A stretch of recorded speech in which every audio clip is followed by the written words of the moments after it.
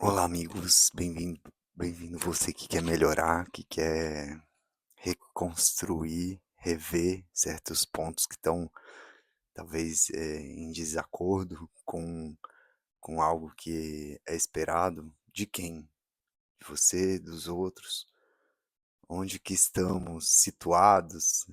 No livro que eu venho desenvolvendo há 4 anos, mas de escritos que são de quase 20 já, de estudos na psicologia, na psicanálise, aulas, simpósios, palestras, cursos, grupos, anotações, canais de sabedoria, né. Então, passei os últimos tempos a destrinchar isso, entender como que eu poderia trazer e então chegou o momento.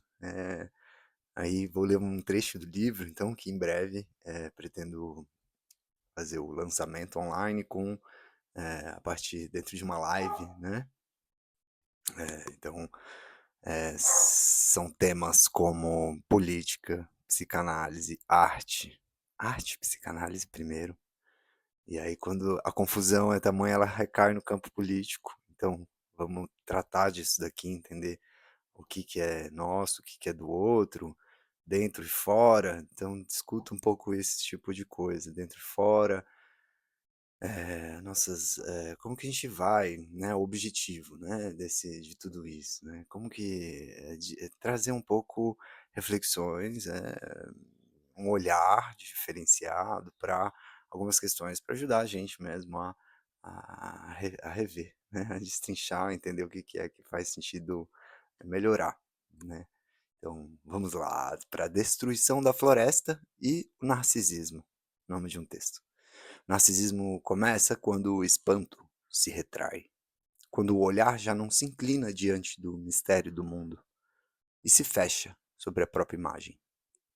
O espelho deixa de ser passagem e se torna destino, já não devolve profundidade, nem pergunta, nem alma.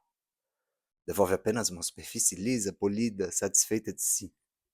À primeira vista parece força, mas é força frágil.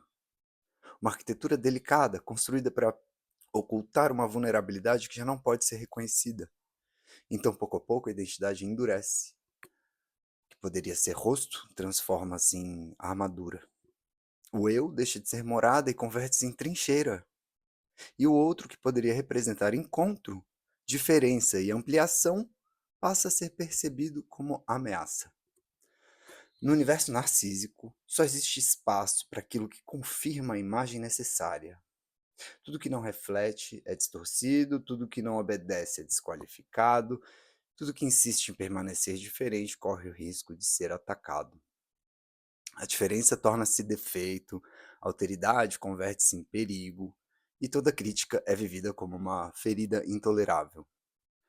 Nessas condições, o outro deixa de ser reconhecido como presença autônoma e passa a ocupar funções específicas, espelho, plateia, inimigo. Há então uma exigência silenciosa e incessante para que o mundo confirme a todo instante a imagem que precisa ser sustentada. Mas essa imagem não possui verdadeira solidez, é inflável, dependente, instável. Por isso, qualquer desvio ameaça, qualquer falha expõe. O que muitas vezes aparece como excesso de amor próprio encobre uma dificuldade mais profunda, uma impossibilidade de sustentar a própria falta. Mas se é justamente a falta que torna o desejo possível, sem desejo não há encontro. Sem encontro, os vínculos empobrecem ou se rompem. Restam apenas círculos fechados entre a imagem idealizada e tudo aquilo que precisaria ser negado para que ela não desmoronasse. É justamente nesse tipo de mecanismo que nascem impérios medíocres e formas de poder que confundem grandiosidade com negação da fragilidade.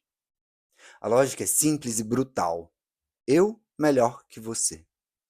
E aquilo que se apresenta como grandeza é muitas vezes apenas medo rigidamente organizado, ignorância bem vestida, fragilidade fantasiada de autoridade.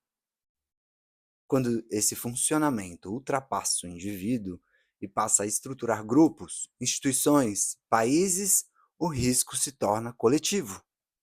O narcisismo de uma nação não é o traço de estilo, é perigo histórico. Quando um povo se contempla apenas em suas virtudes, apaga suas violências e rebatiza seus crimes como destino ou missão sagrada, um processo antigo começa a se repetir. Primeiro o apagamento, depois a desumanização, por fim, o extermínio. A história, infelizmente, conhece bem essa sequência, mas o narcisismo não se sustenta sozinho.